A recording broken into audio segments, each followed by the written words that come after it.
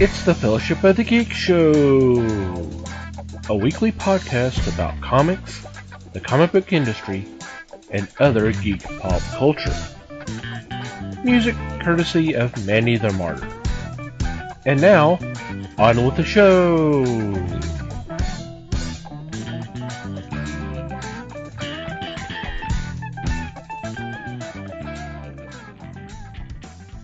Hey there, everybody. It's the Fellowship of the Geeks podcast. My name is Thomas Chick, and joining me for this episode is Mike Marlowe. Hey, gang. Les Webster. Hello, all. And Liz Newman. Hello, everybody. How are you guys doing? Yeah, great. Yeah. Conscious and above ground.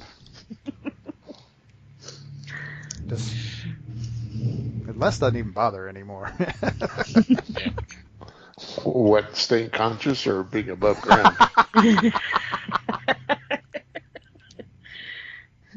No, I actually was implying the chiming in there. But anyway. Well, I hope everybody out there is doing okay. So, what's been going on in your corner of the galaxy? I always give you guys the chance. I really, really do. We gave up on that a long time ago. Just go. Just go. Well, one thing I did want to say is I've talked about it all over Discord, so if you guys aren't in there, you missed this, so I'm going to say it. Hulu just released Books of Blood, and I don't know if you guys have gotten a chance to see that yet. I can't even tell you about the movie because it would spoil it, and the way that this was set up, I don't want to do that, but it's really good. I mean, at one point I was kind of thinking, do I know what the hell's going on? And then something happens and everything kind of falls into place and makes sense. And it was like, oh, okay. I should have seen that coming, but I didn't. So it's really good. I think that, I think you guys would enjoy it. I found out later that it did have, there's books to this. So I have looked those up and I have ordered those. And, if they're half as good as what he put out on Hulu, then I'm excited to get a hold of those too. And then also, while I'm talking about blood, Dexter. Dexter is coming back for 10 more episodes. Did you guys watch that one? Oh, yes. I mean, it was really good, but the ending was whacked. I mean, they could have done so much better, so I'm excited. But he's saying it's only 10 episodes, so maybe they're going to fix what they did to us. Ouch. Fingers crossed. I'm hoping so. But yeah, I thought that was pretty interesting, too. But one other thing, on the side as a hobby, I do 3D meshing. And I've probably been doing this about 12, 13 years now. I'm totally self-taught. I didn't go to, any fancy schooling or anything like that. Google you, yay. But I always, when I first learned how to do this, everybody had told me that Maya was the software, which at the time it was like the most expensive, insane piece of software that I think I have ever spent money on. So I learned how to use this, like I said, by myself and everything else. Well, I get to talking to one of my friends who also makes 3D meshes, and she was like, hey, have you ever tried Blender? No. What's Blender? So there's a program that now that I've gotten to use it is actually better than something that was godly insanely priced, and it's free. It's all open sourced, and it was like, what? So I've spent probably the last, 4 days in there playing around, seeing what all it does and everything else, and I'm like blown away. I'm like, I don't understand how they do this for free, but things that I have found workarounds to, because like I said, I wasn't trained. So sometimes when you learn how to do something, you learn it in 20 steps and you find out later it's only got 2 that you really needed to do. And that's what I found the last couple of days, is that I've been doing things the really, really hard way. So it's kind of cool to have something to go back into now and kind of zone out and relearn. And so if you're into that kind of thing and you just kind of want to check it out, it's free. I'm still blown away by that. It's free. But there's also sites that a lot of these people are on that, heck, I even have a few out there that we put our meshes out there. So if you don't know how to sculpt, you can go to a website and you can download a free one and bring it in there and kind of play around with it and that kind of thing. And it's pretty neat. Like I said, I'm still kind of like, God, how old am I been? How long have I been doing this? So I'm finding now something I enjoyed the hard way. It's actually more enjoyable the easier way. So if any of you guys, like I said, if you guys are into that kind of thing, it's pretty neat. And even if you don't have a mesh, Blender has a lot of things that people, like galleries and stuff that you can go into, and like layer by layer, you can see how they did this, what it takes to go into this. And, these people are the ones who are also designing our video games and animations and stuff that are like, hey, check out what I did. So it's a very nice community. Everybody's like, hey, like I said, I've learned so much just in the last 4 days talking to these people and things that, yeah, I'm finding I really was punishing myself. And you don't need something crazy expensive to do something that looks nice. Some of the things I've been making the last couple of days looks just the same as the stuff that came out of Maya. So I'm like I said, I'm kind of blown away by that. So yeah, there's actually kind of a simple explanation, and I don't know if this is specific to Blender or not, but there's kind of a simple explanation as to how that happens, where you find a free alternative to something ridiculously expensive. Usually it's because people have already paid for the ridiculously expensive part, and then sort of picked through it and decided, you know what, I can just do this myself. And they start putting that together. It's a community like that, like the one you've run into. They can just, enough of them know how to do coding as well as the 3D meshing, and they just start building the software for fun, if nothing else. And before you know it, it's got more features than the one they paid a ridiculous amount of money for. So a lot of times it's a reaction to the software being so damn expensive to start with. Right. And it is. Even now, of course it cost more 12 years ago, but even now it's still pretty expensive. Mm-hmm. And I'm sitting here, like I said, I'm looking through Blender, and it's like, why? What makes that worth that price tag? And with Blender, one of the cool things about it is it's open source. So this is a project of many people coming together and going, hey, I wish it did this and I wish it did that. And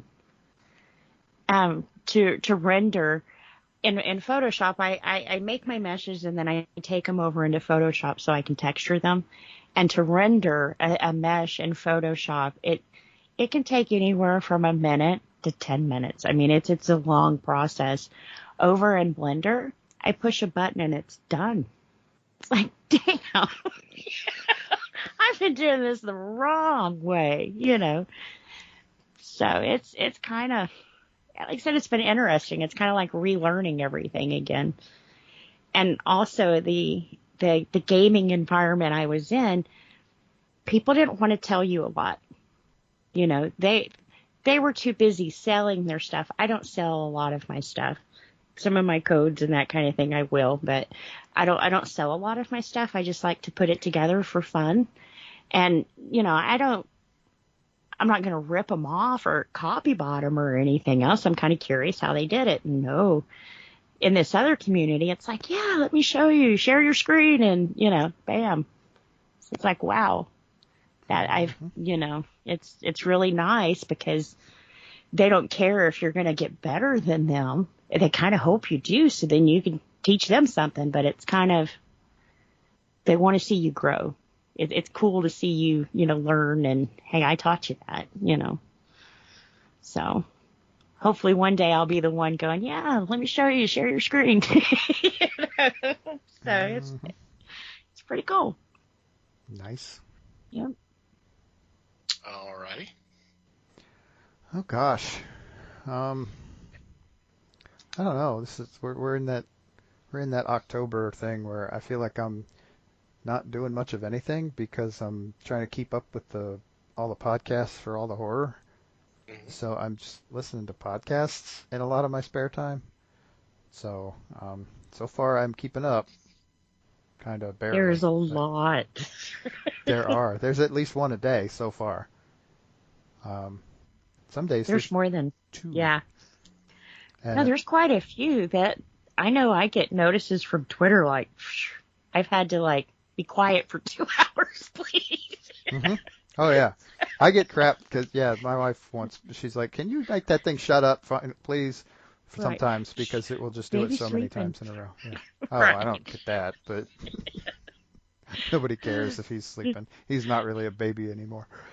But yeah, it's like she's just like, can you turn it off now, please? And I'm like, yes, fine, and I'll shut it down for the rest of the evening. And yeah, you get into those groups and it can get nuts.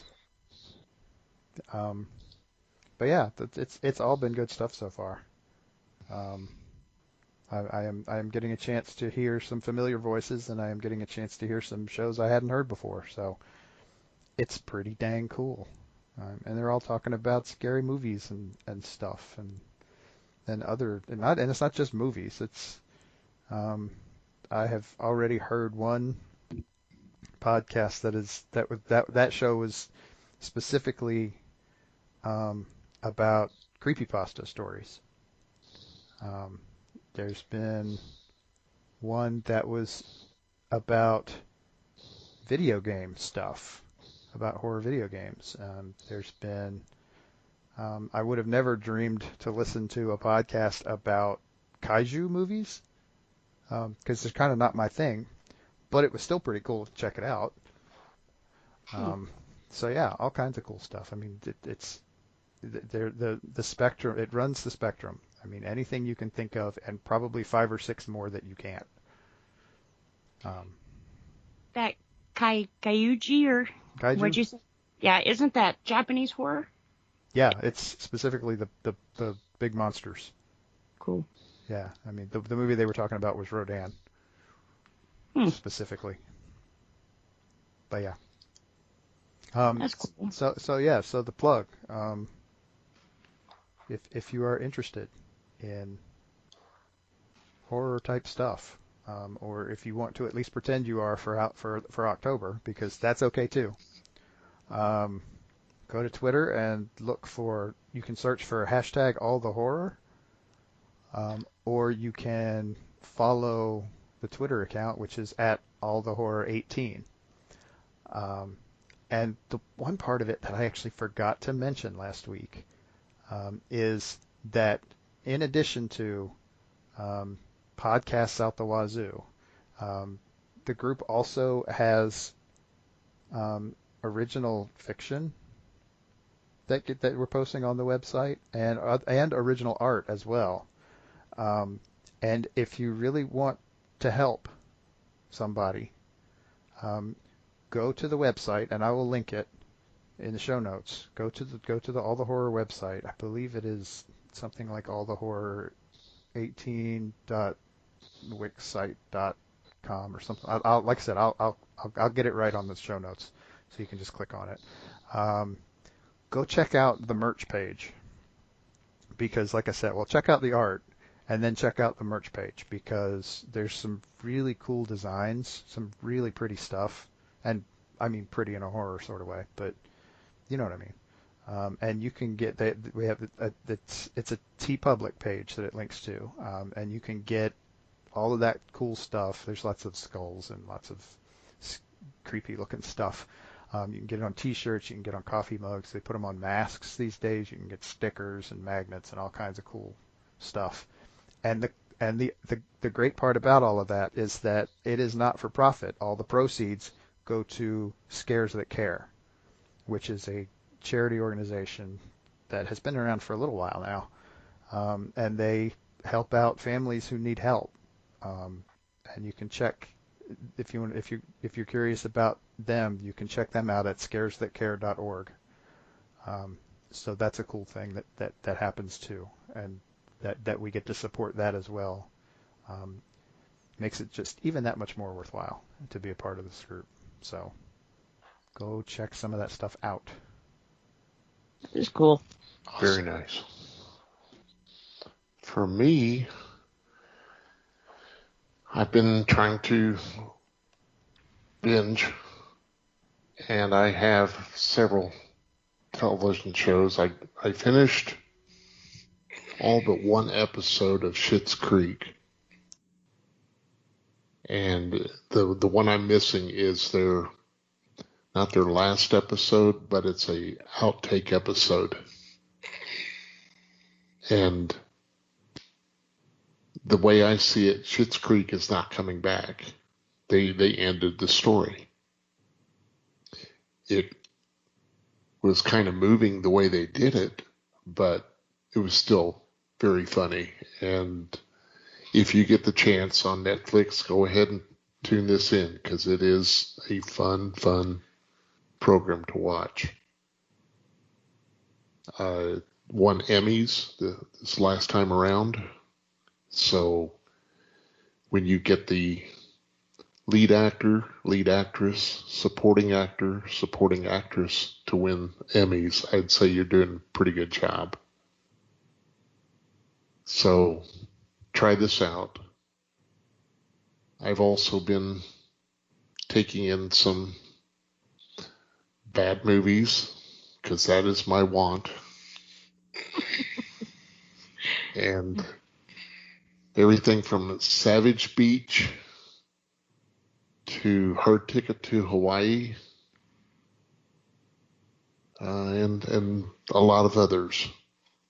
So try them out. Take the plunge. You may regret it, but for me, it's just too much to pass on. So it's been quiet for me other than that. Cool. Yeah, for me, there's been a lot of excitement at the house, and not in the good way this past week. But what downtime I have had, I've actually been kind of binging on Mission Impossible episodes that's being streamed on Vaughn. I talked about Vaughn a week or two ago, something like that. But been catching some of those, and I realized that I never really watched the show. I've seen bits and pieces. I was familiar with it, but I had never really watched it. It was a really good series. I was surprised. I did not know until I started watching it, and they were shown in episode order, which is always cool because that doesn't always happen. You know, especially when it's with when else is handling it. But Stephen Hill was the lead actor in the first season. Stephen Hill, better known from Law and Order, the first 8 to 10 seasons as the head DA. And that's it was kind of interesting. It definitely had a little bit of a different vibe than when Peter Graves took over in the second season. And so, of course, Martin Landau was on the show, and Barbara Bain. First 3 seasons, I believe. And then Leonard Nimoy replaced Martin Landau. I didn't realize this. Sam Elliott did a stint on Mission Impossible 2. Wow. In the 5th season, and Leslie Ann Warren was on the 5th season too. Like in the cast. In the cast, Oh wow. yes. Not just like an appearance. Yeah, Sam Elliott did like a half a dozen, 6 or 12 episodes, something like that. He actually in a way replaced Peter Lupus, but the fans apparently was not happy about that, so they brought Lupus back. Interesting. Yeah. And he was such a strong actor himself. So yeah, but it's some really, really good episodes. Really good, strong writing, very good acting. Very impressed with the show. So It's cool. yeah, It's been a while since I've seen any of those.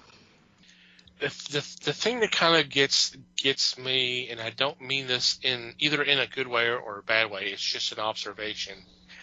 But it seems it's strange how there's like twists where like they made there's like a slip up or the bad guys have caught on that something's going on, and they either improvised and able to get out of the situation, or they already pre-planned that was going to happen, so they already had a situation. I was like, okay.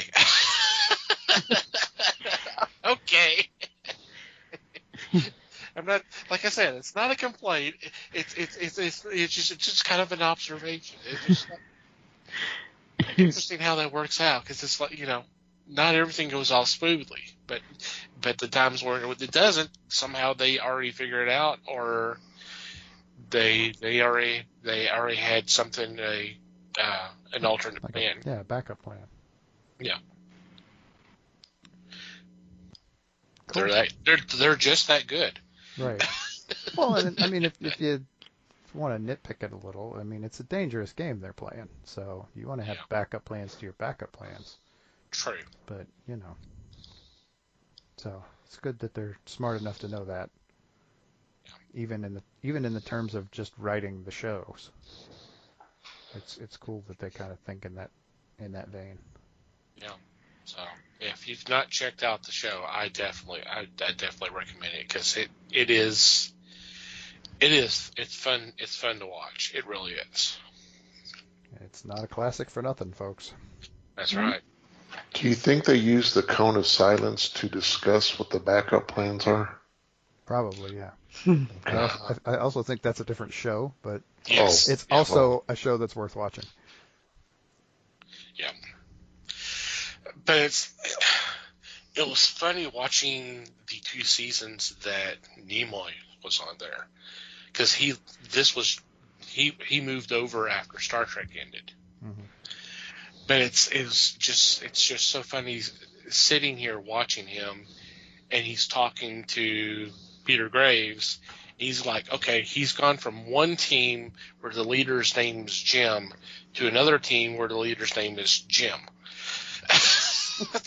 Well, no mistake. Jim makes it easy to remember, I guess. I guess, because I'm sitting here and I'm hearing him talk, and he's saying, well, Jim, and I'm like, oh, wait, wrong show. No, it's not. Okay, it's okay.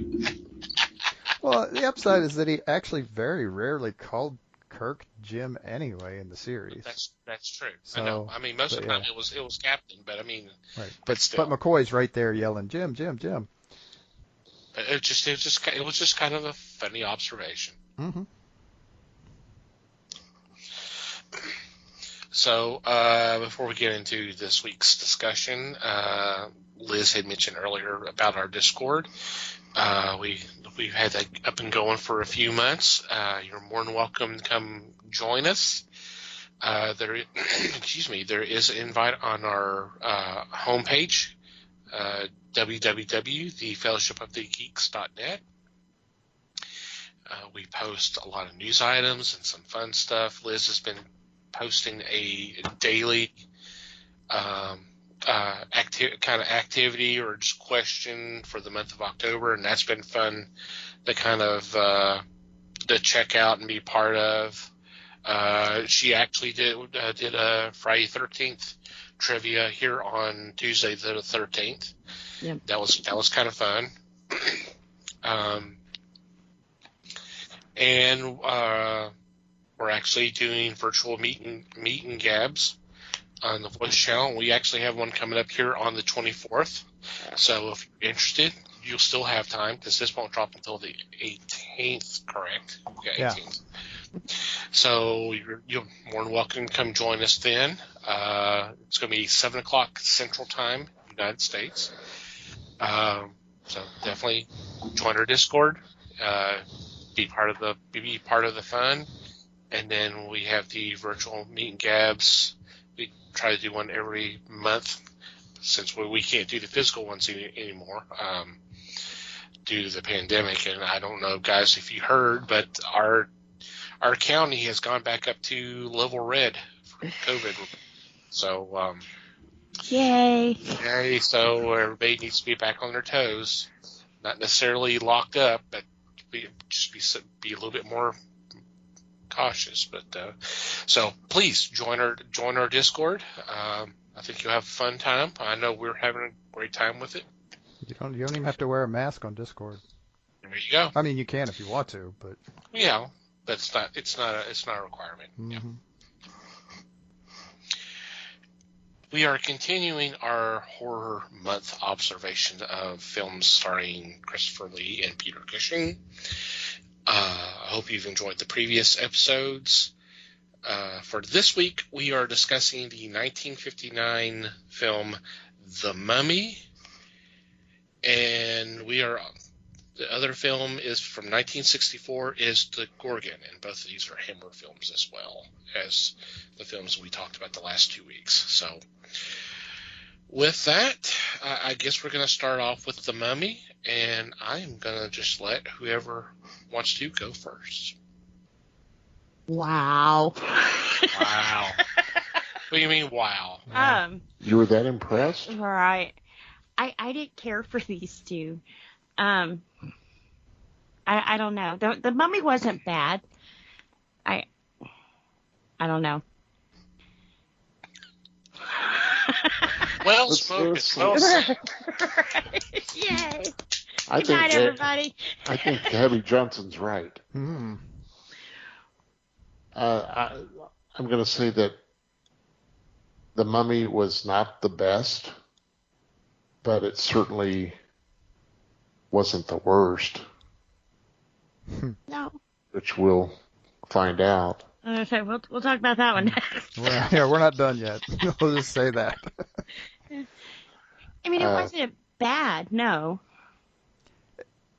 It wasn't bad, but it wasn't particularly good either. I mean, there was a lot of things that just kind of didn't work, in my opinion. I mean, fundamentally, I've never been able to get into the Mummy movies. I'm not 100% sure why. I mean, I guess it's just a story that doesn't appeal to me for some reason, which is weird because it's really not that different from most of the other monster movies. I mean, it's a monster movie. Yeah. But for some reason, it's not that interesting a monster. I don't know, and I've never been able to kind of put my finger on why. I mean, we could probably, I don't know if we want to even go into the whole cultural appropriation part of it. I mean, that makes it awkward to start with. I mean, Right. colonialism for the win, yay! But Right. it's just, yeah, it's. I think if they would have told us more about him when he was narrating the story, it was like, oh, she had a disease and she died and this guy buried her. Oh, by the way, he happened to be madly in love with her. You're kind of like, wait, what? That's the interesting part. That's the part you should have showed me because it would have made me understand more why he went back into the tomb and did what he did, you know? But it's like they want you to hit on these key points, but they didn't show them to you. It was just kind of, oh, by the way, yeah, he loved her. And I felt, I guess watching all of these at one time together, like when he came out of the swamp, it was like, that's the swamp he almost died in Hounds of Bakersfield. He should have known his way around that place. So I think for me it was hard to get into this because I was thinking, oh, I remember that from that movie, and and I think it was Mikey. You were the one who told us that they bought a house and filmed most of their films there. Yeah. So maybe that's, I guess the swamp was on that land. Yeah, I mean, I'm sure. Yeah, I mean, and honestly, they made them the same year. So, I mean, they probably didn't even drain the damn swamp before they just went ahead and shot the next one. I don't know which one was first off the top of my head, but because it was like exactly the same. Because yeah, this came out in September. The other one may have come out a little before that. I don't remember off the top of my head, but yeah. So, and then when he's reading this 1,000-year-old scroll, it looks brand new. I mean, brand new. It's been buried and right. It's been sitting in this sealed tomb for 3,000 years or whatever they said. And, yeah. I mean, it looks like it came fresh off the printer. It's like they just picked it up out of the Five and Dime store or something. I don't know. Yeah. It was a weird box too. But, that was. Yeah. And I guess the way that box was set up was if somebody removed it, the sand started and opened the door. Was that? Yeah. Okay. Now, don't look too closely at the mechanism on the door because that did not make sense. But no, I didn't know if that was like a urinal or. Whoa. I mean, he wasn't dead when they put him in there. Wow. Well, he wasn't either. It's to get him through. That's all. By the way, he's going to dry up soon enough anyway. It doesn't make any difference. But yeah. And I mean, come at me if you want, but you talk about that backstory. I find it interesting that the version of the Mummy that kind of tells that story best is the action movie version, not the scary movie versions that came before it. The 99 version with what's his face?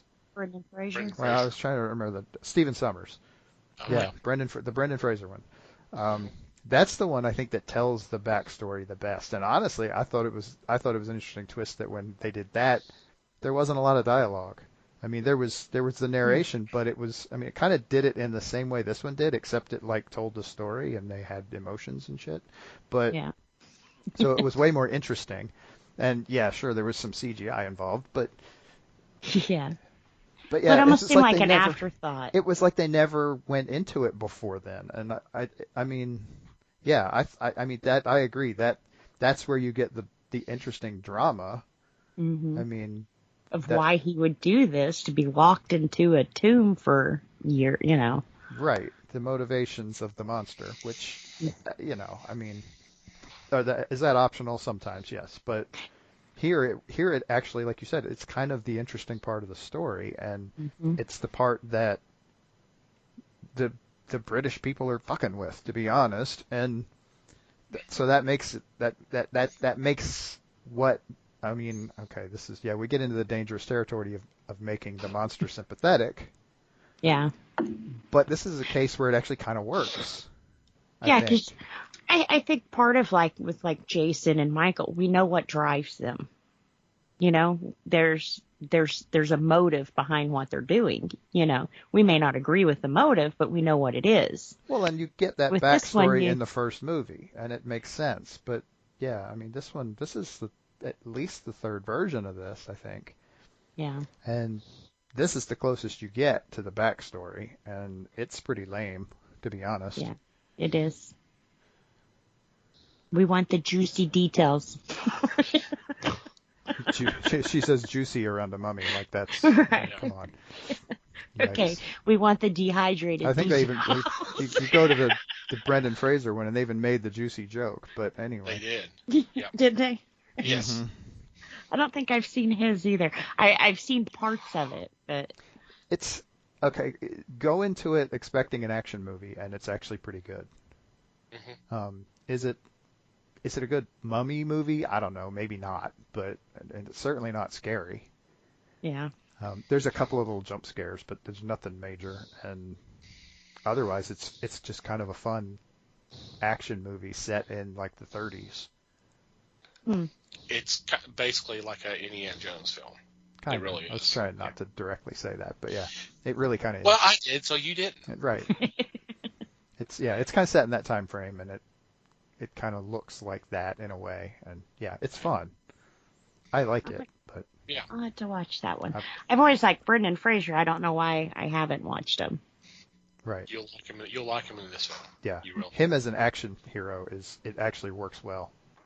Yeah. It really does. Much better than Tom Cruise version. I've never even seen that one. I should probably watch it just for historical sake, but No, don't.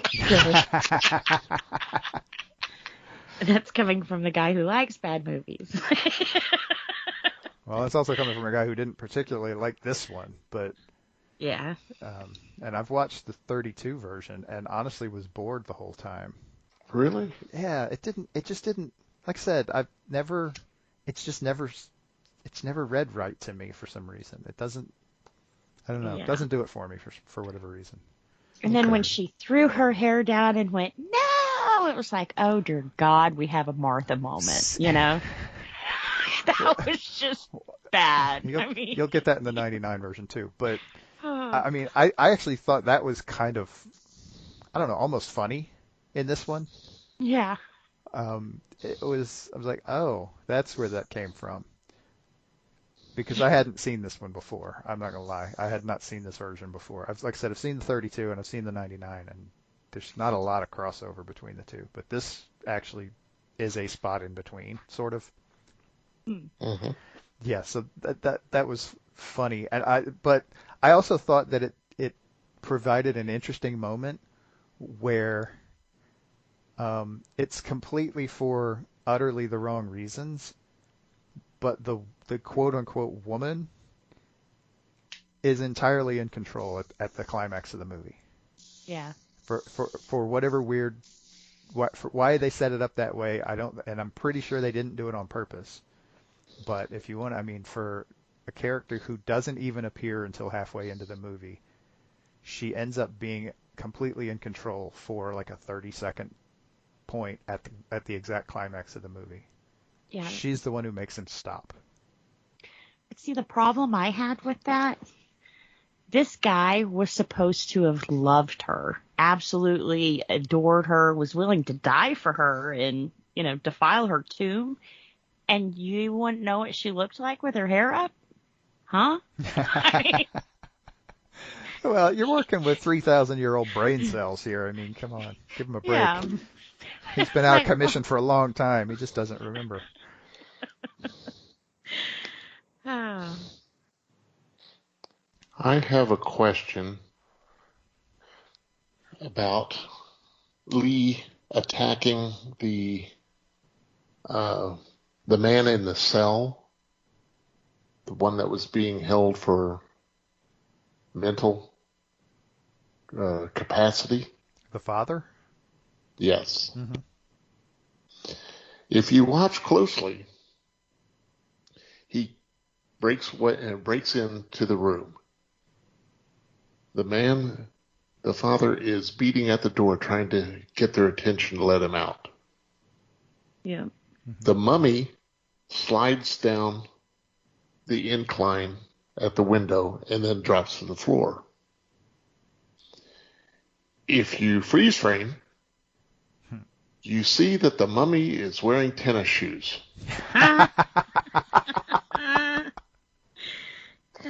And I thought, I didn't think that you would have any footwear when you're wrapped up like that. Right. Well, and you're probably also not going to have tennis shoes in the year this movie was set in, which was 1898. Exactly. They didn't Well, exactly have Chuck Taylors back then, you know? No. part of what bothered me too is the back of that costume. For one, it was giving him an extreme wedgie, but you could see where the zipper was. Yes, it was like, wow. If Well, you have a zipper, why did it have to be such a tight wedgie?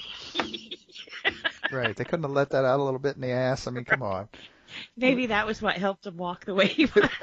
Give a mummy a break, would you? Jeez. Yeah, well, the And if budgets he weren't huge on had to these. slide down, how did he get out of there with nobody seeing him? Good idea. It's just not possible. It's not. They strangely enough, that part wasn't on screen at the time, I don't think. No, it did not show up, but it did cross my mind also. How the hell did you get out of there? 'Cause you're in a crazy room. There ain't no chairs and stuff. Nope. Just a padded wall. Kind of on purpose, really. Yeah. Yeah. A padded wall with a concrete window and metal bars. Hmm. Well, I mean, I guess theoretically he didn't have any trouble getting in. So, I mean, he broke enough stuff on the way in that he could just sort of crawl out, I guess. I don't know. He could stack the bed and the Yeah. dresser, things like that, to crawl back out, I guess. Hmm. Maybe he flew. I guess he jumps really good. I don't know. Not much And meat, then after not much meat coming on up- that bones. And after coming up out of the bog after being down there for 24 hours, his suit was still pretty clean. I mean, he was dirty, but it was still pretty clean. It was Don't you think clean Gauze dirt. would have soaked all of that green yucky stuff in? Yeah, just parts of it was just kind of like, huh. Well, And I guess that's why it didn't really grab me, because it was hard to believe. It was just, and if you want to get into stretches, if you want to get into moments where things just don't really make sense. So, one of the first things they establish is that shooting him doesn't work. I mean, right off the bat, the first thing he shows up, Peter Cushing grabs a pistol and shoots him like twice. And dude still gets to him. Doesn't even slow him down, really. I mean, there's a hesitation because that you have to do that. That's like a rule or something. right. But yeah, It's I mean, that, puts you bullets freaking shot me. right, puts bullets into him. Doesn't have any effect. So at the end, what are we going to do? Oh, I don't know. Let's shoot him. And then somehow that'll work. Yeah, because you didn't need one gun, you needed 10 I guns. guess, yeah, you I know. guess shooting him once doesn't make any difference, so we'll just blast at him with a shotgun in the swamp. Maybe that was part of it. I don't know. But yeah, really? This didn't make sense to me. If shooting him once isn't going to work, then why wouldn't you come up with a different plan? Yeah. Except you're a pig-headed British guy and don't know any better. I don't know. I think the best part in the movie was when the guy goes into the bar and he's drunk, and him and his friend come out, and he's like, "Oh, it's my horse. I love my horse. I love my horse." And he says, "Horses are man's best friend." And he says, "No, that's dogs are." And he says, "No, this is a horse. I ain't that drunk." Yes, the comic relief.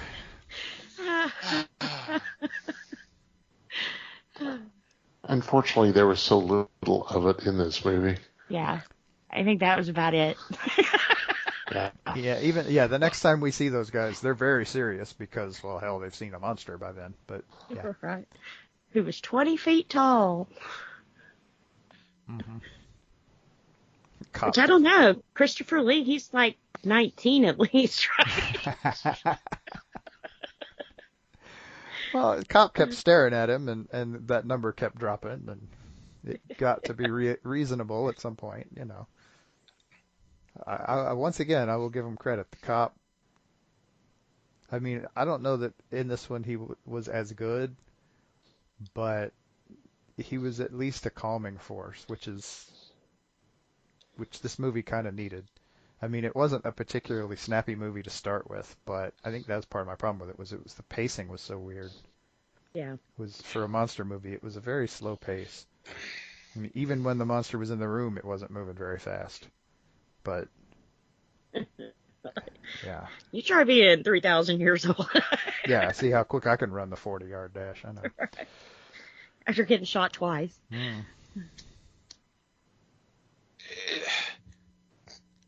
I knew something was up when we started watching the film, and Peter Cushing's character has a broken leg, but we're just, you know what, we're here, so let's just go ahead and explore anyway, and you just stay out here with your broken leg. I'm like, what? Okay. Did anyone else have a problem with that? It's like, why isn't he getting, granted, I know it's a long time ago, and a trip back would take forever, but still, Yeah. you know, it's just like, I don't know. When they didn't know what splints were back then. No, that's true too. You know. Medicine wasn't all that good in the 1890s. I mean, you know. Yeah. It's easier to just let him limp for the rest of his life, you know. Yeah. I have to say, even with the limp, he got around pretty good when there was a monster chasing his ass. Yes. Then again, this was the perfect monster for him to be able to outrun, too. That's true. It's like outrunning the Walking Dead. Mm. Yep. Yeah. There was a lot of problems with this film. Yeah, I was kind of disappointed. I have not seen the 30s version. I need to.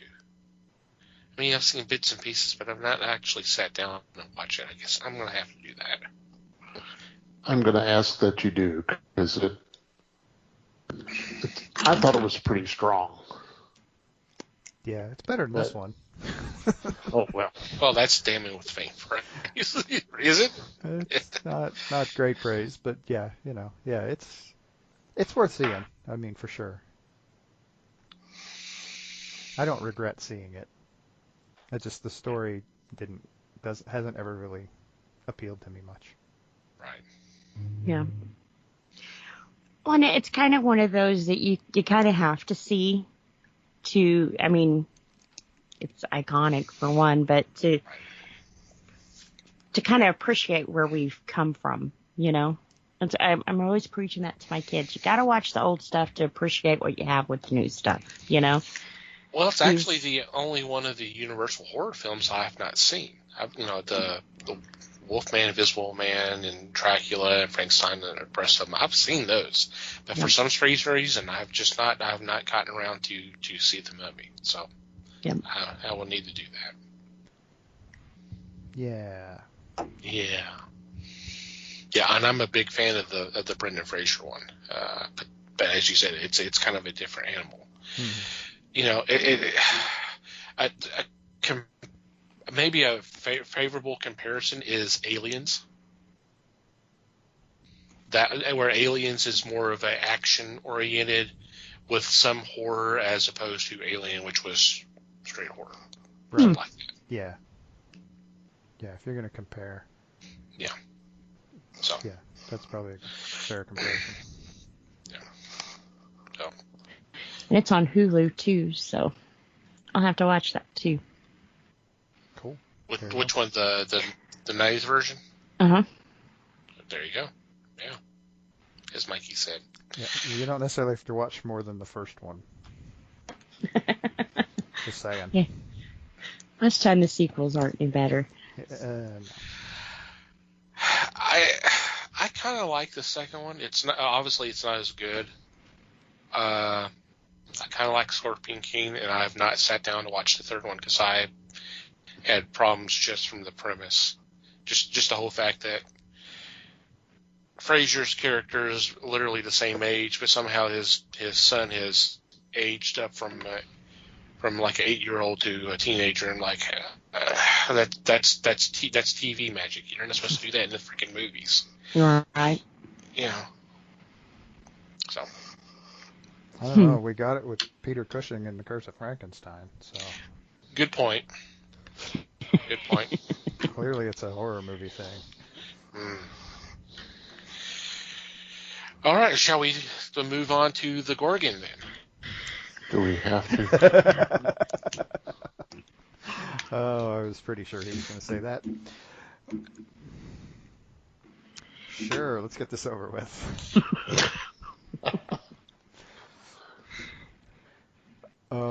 The most interesting thing about this movie, I think, is the fact that the history that I am reading for it states that it was based on a story submitted by a fan.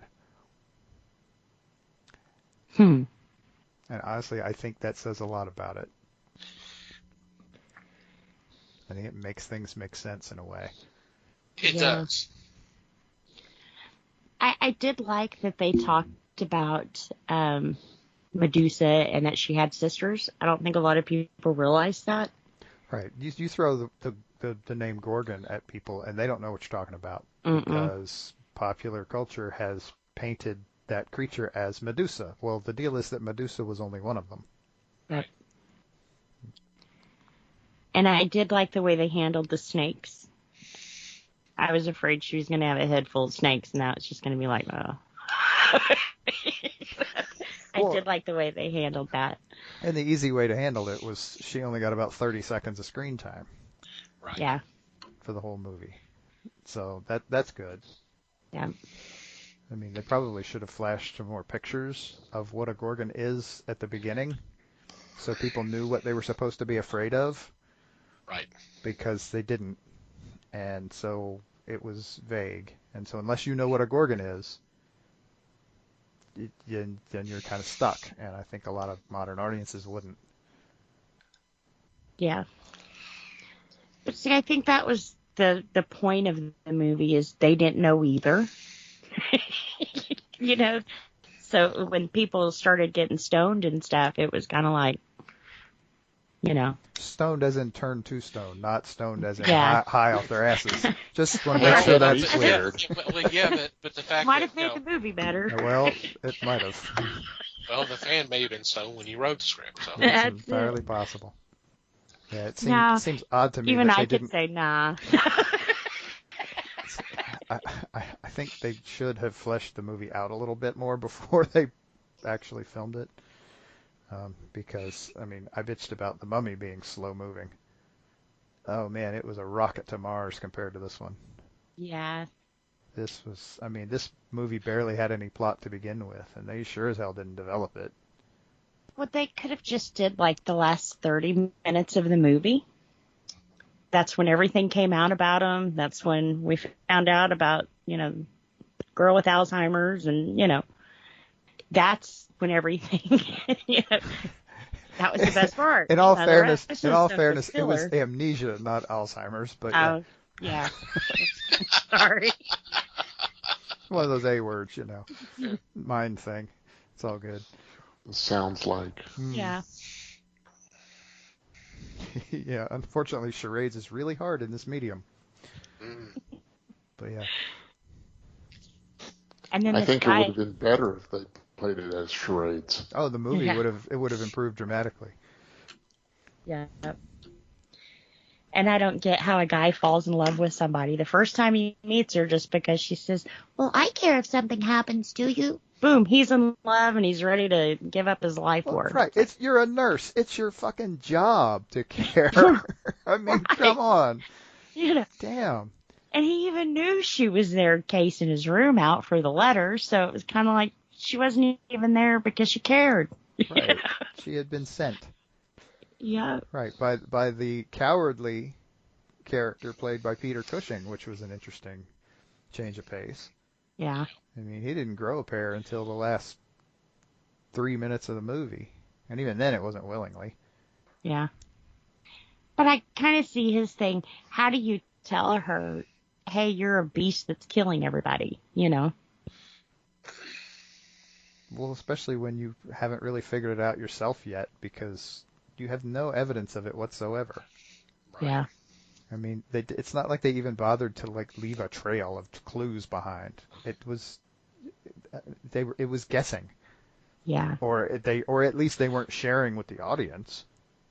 Right. It was like, well, I mean, the only thing he really had was the attack seemed to happen the same time she was having amnesia problems, if I remember correctly. Right. I'm like, She wow, lost her memory, and then boom. that totally makes sense that you can put those together and go, okay, well, obviously she's the killer. Right. That Clearly, she's a 5,000-year-old monster. Yeah. Wait, what? Sorry about these Yeah. spoilers, folks. Yeah. Spoilers for a movie from 1964. I think we made pretty clear early on we were spoiling these things. Yeah. I don't know about spoiling, but this one was rotten. This one might have been spoiled already. It's another one of those you have to see, But No, you don't. No, yeah. I'm not sure that's true. I mean, if you want to be a Hammer completionist, sure, you need to watch this because it's a Hammer film. Right. Strangely enough. But yeah. Last year for all the horror, we had, I can't remember his name, but we had that guy on. Scott? And he was doing the Vincent Price, impersonation. Every time Christopher Lee spoke, damn it, look at that. It reminded me of that guy. It sounds like he's doing a bad, Vincent Price needs a cough drop. I couldn't get into the voice. Yeah, I mean, and if you want to, this is also, I think, a movie that Christopher Lee wasn't in enough. I mean, his character might have been the only interesting character in the movie. Yeah. And again, I mean, you see him for 30 seconds at the beginning, and then he shows up again halfway in and solves the whole thing. Right, and somehow, but through whatever mysterious means, figures it all out, and despite the lack of any evidence. But yeah. My thing was, why change your voice, especially to that? Well, I thought you were saying, why make this movie? That too. I don't know. The only thing I can figure is that he was trying to sound older than he really was. I don't know. It didn't. Or distinguished, or it didn't. I don't know. It kind of didn't make sense. I mean, he didn't really bother with that in Horror Express, so I don't know why he bothered with it here. I guess. Well, you know what? He realized by then that it was a mistake to try. And he just had to keep going. He had to learn that. The Gorgon is where he learned that lesson. But yeah, I don't know. Yeah. She turned his vocal cords to stone. This movie would have been a lot better with a script. Yeah. Because honestly, it almost seemed like they were ad-libbing half the time, and not in a good way. I think the best movie I've probably seen that handles the Gorgons is Clash of the Titans. I knew you were going to say that. Yeah. I thought you was going to say Little Soldiers, but okay. It that to me was a Gorgon, not very nice, not very pretty. And this was supposed to be her sister. So I guess I was kind of expecting a badass, but she wasn't. She just kind of stepped in, stepped out, and it was like, I don't know. I liked it better that, like I said, the Clash of the Titans were an action movie. Yeah. Well, and they had showed you the guys before who had tried to come at her and what happened to her. So we got a little of that here, but it actually kind of handled that strangely too. I mean, like the one dude managed to walk home, write a 3-page letter, say goodbye to his servant, like his final goodbye, and then sit down and write like a 4-page letter to his son, explaining what the hell was going on. Yep. Really? While you're turning to stone. Right. Okay. Dear son, I'm stoned. Wow. I'm stoned and I don't recommend it. Right. Bring the Oreos. Your dad. Do you have any Cheetos on you by any chance? Boy, Yeah. we're never gonna get the Frito-Lay sponsorship now.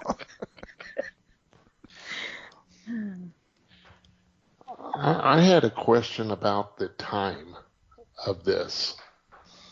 The Gorgon attacked on the full moon, which is what, a 3-day span per month or per every 4 weeks. Roughly, yeah. Okay, so that gives you 13 in a year. And she'd been there for 5 years. 5 years, yeah. And they had 7 murders. It's What the movie. hell was she doing the rest of the time? Hiding. She was a late bloomer.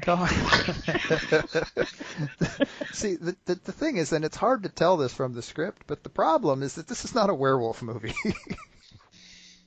Why she is attacking people on a full moon is a complete mystery. Why she's attacking anybody at all, unless they are actively trying to mess with her, is also a complete mystery. Yeah. She's been in hiding for thousands of years already. Why does she Yeah. need to bother anybody? The whole point is that she's supposed to not be bothering anybody. She's supposed to be hiding. Yeah, and from all of a sudden she's going around killing people, which is Kind of the Drawing opposite of attention. hiding, right? yes, Well, and It's a- with the narration at the beginning, and with the guy and his girlfriend, it almost made they were setting up what she does, and that wasn't. I mean, I don't even know why she killed them. They were randoms, but they kept calling her a siren. So I thought, well, the guy was doing the woman wrong. Maybe that's what brought the siren in her out. Yeah, but no. But then the other guys were just kind of random, so it was like, no, it's not a jilted love story. No, it was more of a wrong place, wrong time story. Yeah. Which you like you guys said, she just started randomly doing, And I swear, in every death scene, it was as if they told them, okay, scream and die. That's all the direction they got. It's like they don't even know what they're screaming and dying for. Yeah. Because it was just not handled very well.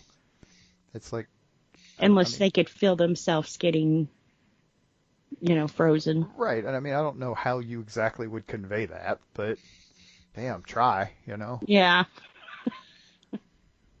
so you're saying that the deaths in Horror Express were a little bit more believable? A little bit. Oh. I mean, Oh, some come of on them were now. anyway. Some of them, not all of Come them.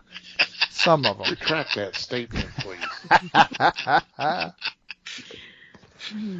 I'm saying they're on par. Not that they're worse. But I also thought to get frozen by a Gorgon, you had to fall upon her true gaze. And then that guy looked into the water. That wouldn't have been her true gaze. no. So it was kind of, But it only aged him like 40 years, which I'm not sure where the hell that came from either, but okay. Yeah, yeah. left field. He pretty much. He's like, well, he's got to have some effect because now he's got to talk funny too, like Christopher Lee. So we'll age it. We'll make him take him from 30 to 70 years old real fast. That'll do it. Hey, now you talk like an old man. But you still got a thing for the nurse, of course. Yeah. Even after he cuts her head off, it's like, dude, she had snakes in her hair. Right. Thanks for Come on now. This is what happens when you fall in love with girls that you talk to once. Yeah, there's an object lesson in there somewhere. I don't think we're going to get it out of this movie, though. No. Like I said, I think they had a lot of good points, but they kind of abandoned them and was like, oh, that's not going to work, so we'll do this instead. But Right. They don't really stick with anything, which makes the whole thing seem disjointed.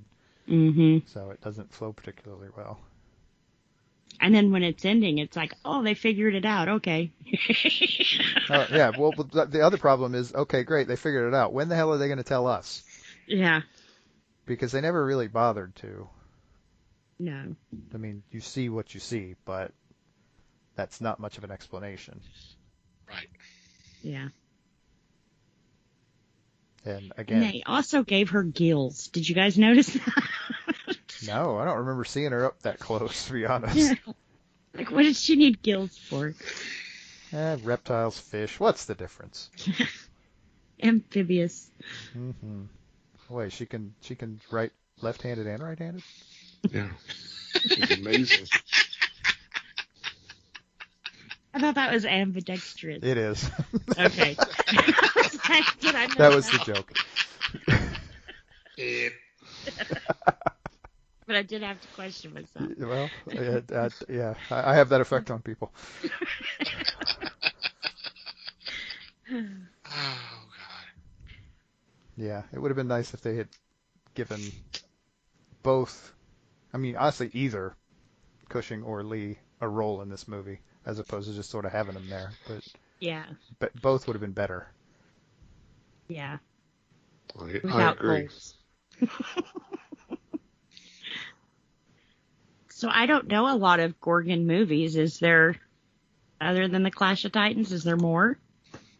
Not sure it's fair to call that a Gorgon movie, honestly. Well, yeah. With a Gorgon, Medusa was in it for like 7 minutes or something, and most of that was hints and allegations. Well, but we got more of her backstory than we did this Fair one. enough. Fair enough. I can't argue that point. That clearly that movie should have come first, but yeah. Yeah. See, I think somebody should tackle that and do it good.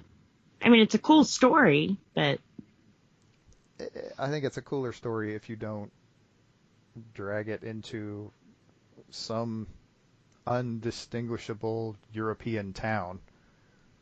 yeah, I mean, and almost turn it into a that was weird. Sherlock mystery. Yeah, it was like they were trying to come up with a reason to import it into England, and I'm like, and then they didn't even really do that. Though I wouldn't be surprised if up until the end of the movie they planned to. And they're like, let's just make it Europe. It was just very weird. Yeah. Did not work as well as I would have hoped. So the crazy girl that came up missing, was she turned to stone? Oh, she was the one in the she was the autopsy, right?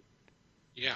Was she? Yeah, Okay. she was the autopsy, so yeah, she was turned to stone. Her finger even broke off. I don't know how that works, but Yeah. Nursey barely touches it, and it practically turns to powder. I'm like, okay, And when that It was sandstone. I guess. Wow. when that happened, I noticed, like everyone else, but when they came back to it and Cushing was looking at it, it was on the floor, but the arm had moved. Mm-hmm. Yep. The arm was no longer lying beside the body. It was down. And I thought, well, if that happens, why didn't the arm fall off? Yeah. Why didn't it break? Yeah. Plot hole. Yeah, this the first of many, but yeah. So all in all, a great film. Endorsed by all. Yep. Yeah, we need to find that all person. Mm. Whoever it is. Have them explain it to us. Yeah, seriously. I'm sorry, that was Al. Endorsed by Al. So we're calling him Al. Okay. Yeah. And of course, if you guys want to see these two, The Mummy is on HBO right now, and The Gorgon is on Tubi. Mm-hmm. Mm-hmm. And on that note, we're going to take a quick break and come back with our weekly picks.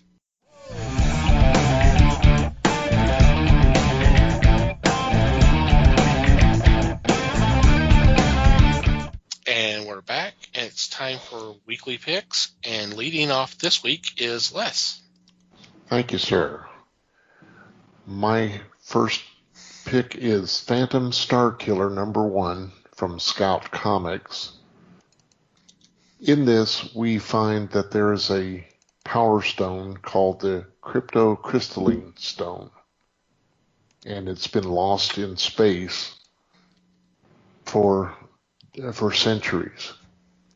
As the time had passed, the galaxy had fallen into a peril with systems falling and worlds were crumbling, there was a being, or there are beings that conspire in the shadows to possess the unlimited power of the cryptocrystalline stone.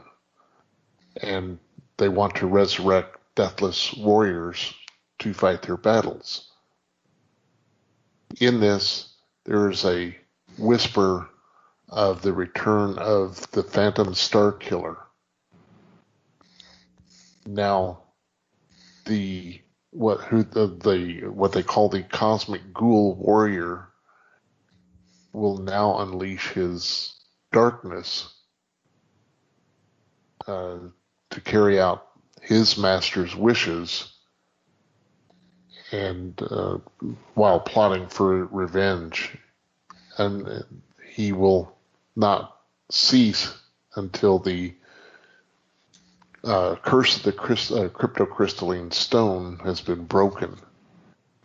So from this, I'm getting the vibe that Phantom Star Killer is not a real hero in this one, but rather a villain. And I'm interested just to see how it is played and how it differs from, say, Dreadstar. See if there's a difference there. Nice. Sounds like a nice, light, fluffy story. Sure. Yeah. When to start this off? Uh-huh. It's like it's Halloween or something. Jeez. Right? Yeah, really. All right, Liz, you're next. All right. Well, I have a nice fluffy one too. All right. This one's from DC Comics, and it's Batman White Knight presents Harley Quinn. I guess I totally missed something. I didn't care for the White Knight they did in between this one and the first one with Azrael. I'm not sure. I think it was Gotham Knight that one was. But apparently the Joker's dead. Bruce Wayne's behind bars, and Harley Quinn has twins? What? When was she pregnant?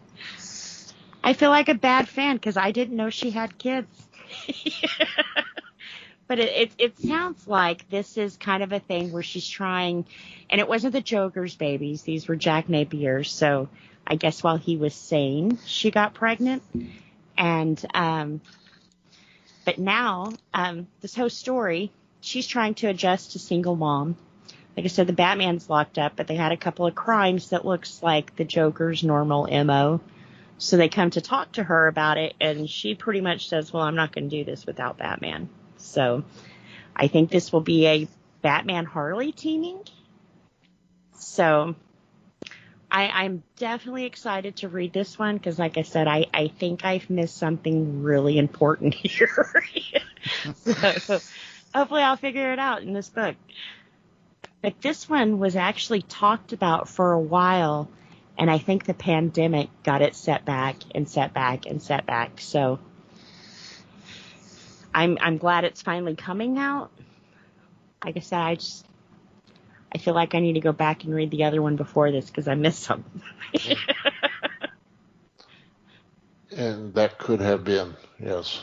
Yeah. Did y'all know she had kids? I don't recall it. Yeah. It looks like a little blonde hair and a little black haired twin.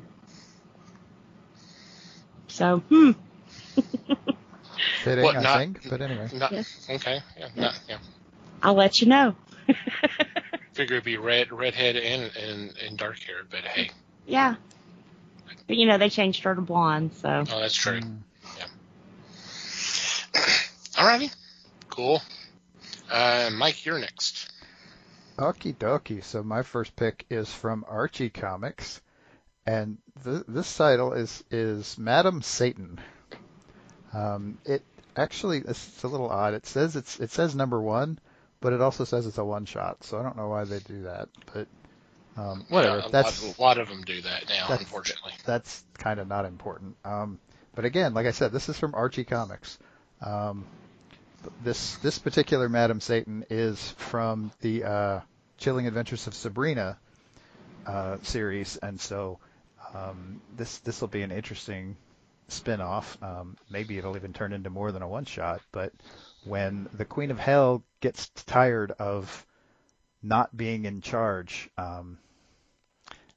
what you're going to see in this book is the kind of things that might happen. So that sounds like fun to me. It does. Yeah, this was on my radar, so I'm interested in seeing what's gonna happen in this issue. Yeah.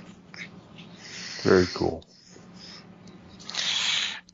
Alrighty, and I am next, and for my first choice, it's a collection from Marvel, and it's called Hellstrom, Prince of Lies.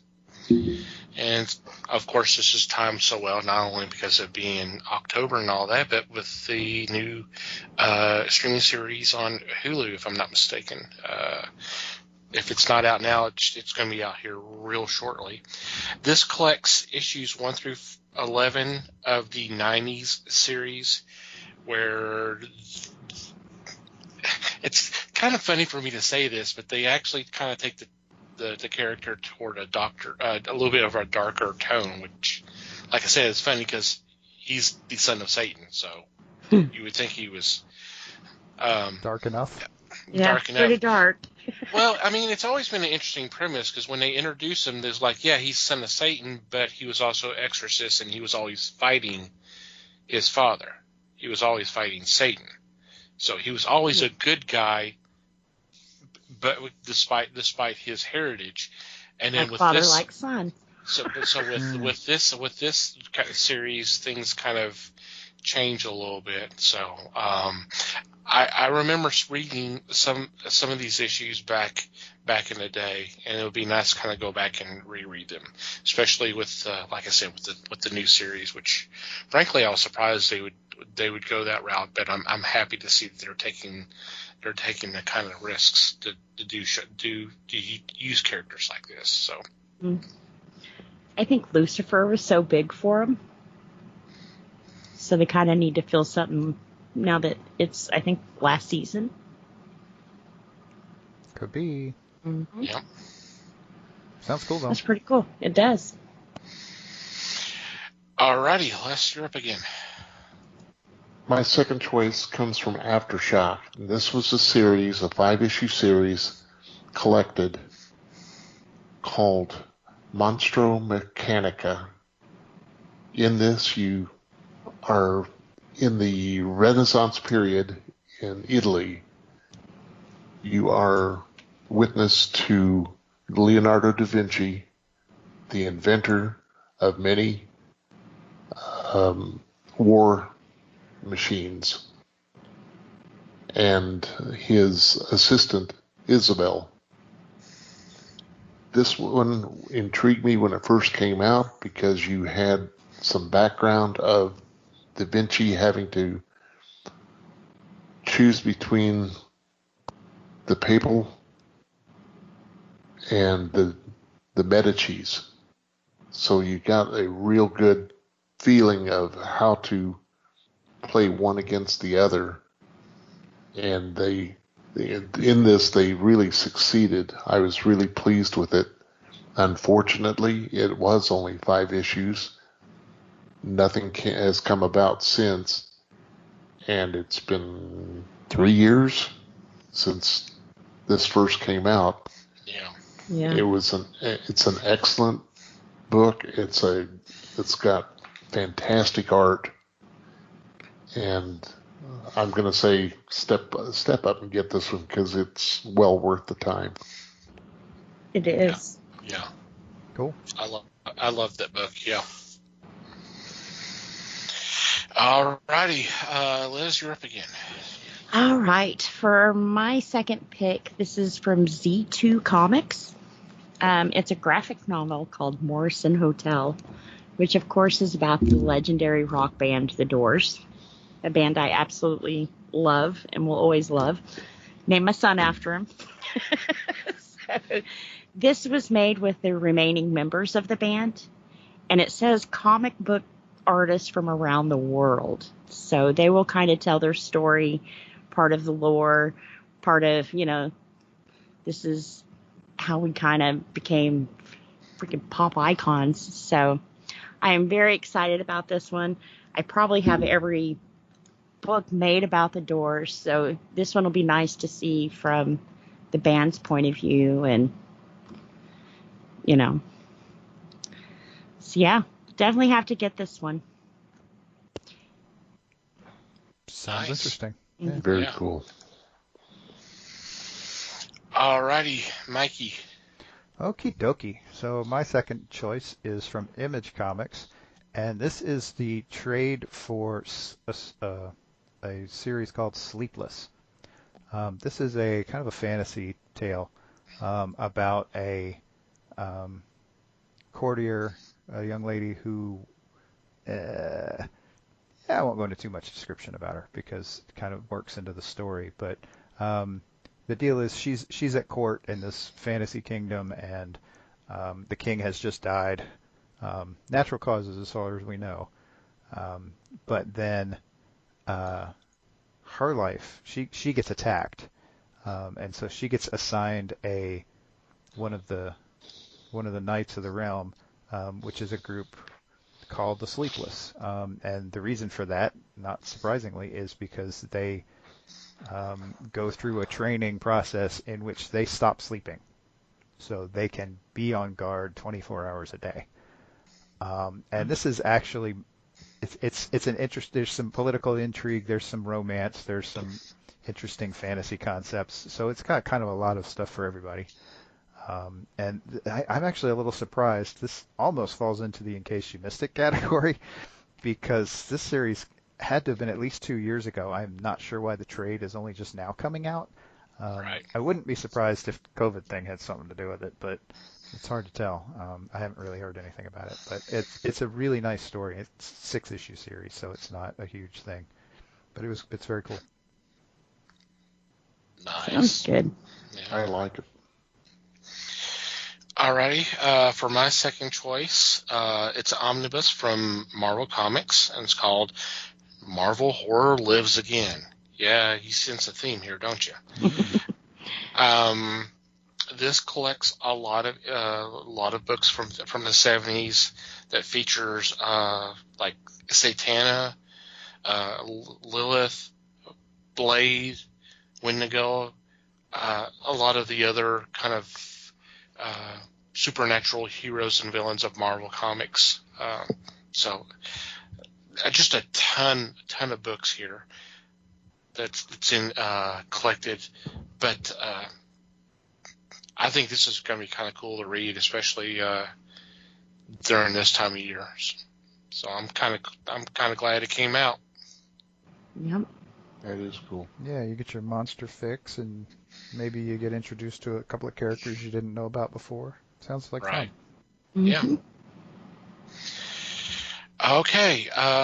Any special shout outs this week? Yeah, unfortunately. Yeah.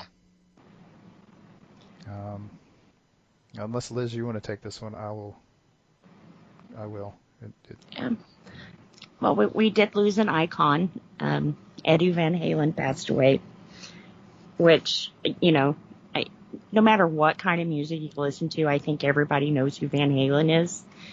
And he really set a big, huge footprint in the music world. So not only with his music, he also had several patents on guitars. He was known for playing the Frankenstein guitar, half Gibson, half Fender.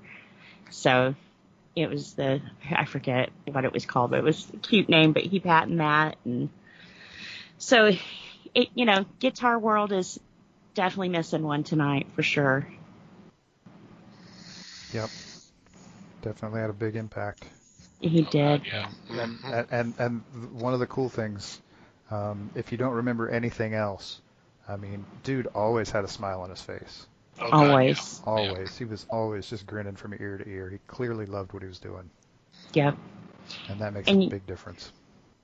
And one of the last articles I read, him and Sammy Hagar had got together and they actually talked things out and were on really good terms when he died. So that kind of made me happy to hear, It's good to hear that. Yep. Yeah. There was no bad blood. They said they didn't really go public with their friendship because they were afraid it would be, reunion tours, and he knew he had cancer, and he was like, I just don't want to do it. Right. So, Yep. yeah, And definitely be theoretically, missed. that stuff shouldn't be important either. So, Yeah. screw the drama. Mm-hmm. Any other special shout-outs this week? You want to go ahead and plug All the Horror again there, Mikey? Sure. Happy to. Horror podcasts, including us, which is kind of cool. And all for a good cause. So, as I said before, search for hashtag all the horror on Twitter, or, and this is the preferred option, follow at all the horror 18 on Twitter, and you will be kept up to date. Announcements for new episodes are going out around 10 or 11 every morning, and some days there's more than one, and there are a whole bunch of really cool podcasters involved in this. There are also some cool writers and artists involved. The group has merch. Go pick up the merch. The merch all benefits the charity Scares That Care, which I will put links to all of this, and I will actually put a link to an interview that one of the contributors to All the Horror, Victoria, the horror academic, did with the guy who runs Scares That Care. So that'll be fun. I think it's a YouTube video. It's only like 6 or 7 minutes long, so it'll be good to check that out. And go partake. For sure. Yep. Alrighty. We'll go ahead and move on to our regular shout-outs. Obviously, I want to thank Pop Goes Culture Podcast Network for allowing us to be a part of a great group of podcasts. Definitely check them out. There will be a link in the show notes as well.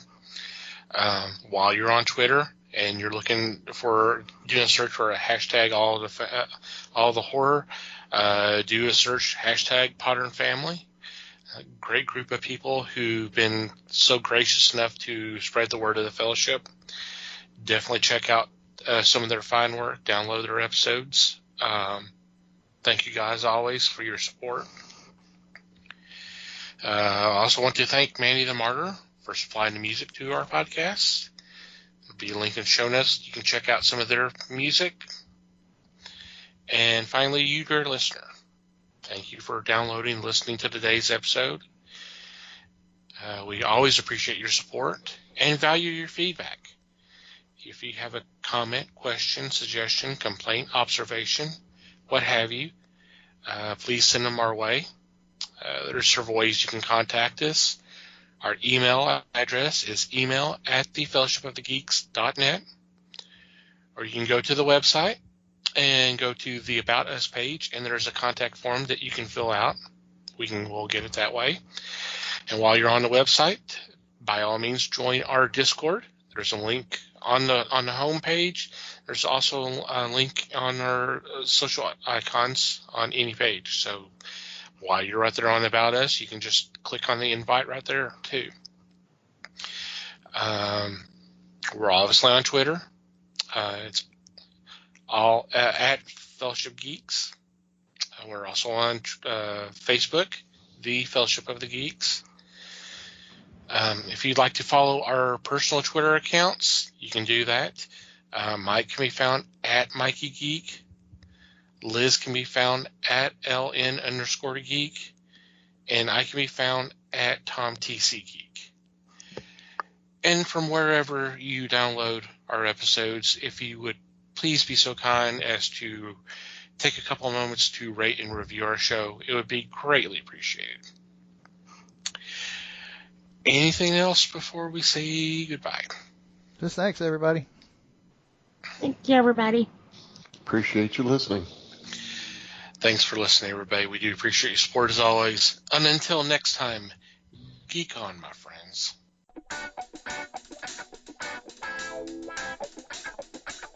We thank you for listening to the show.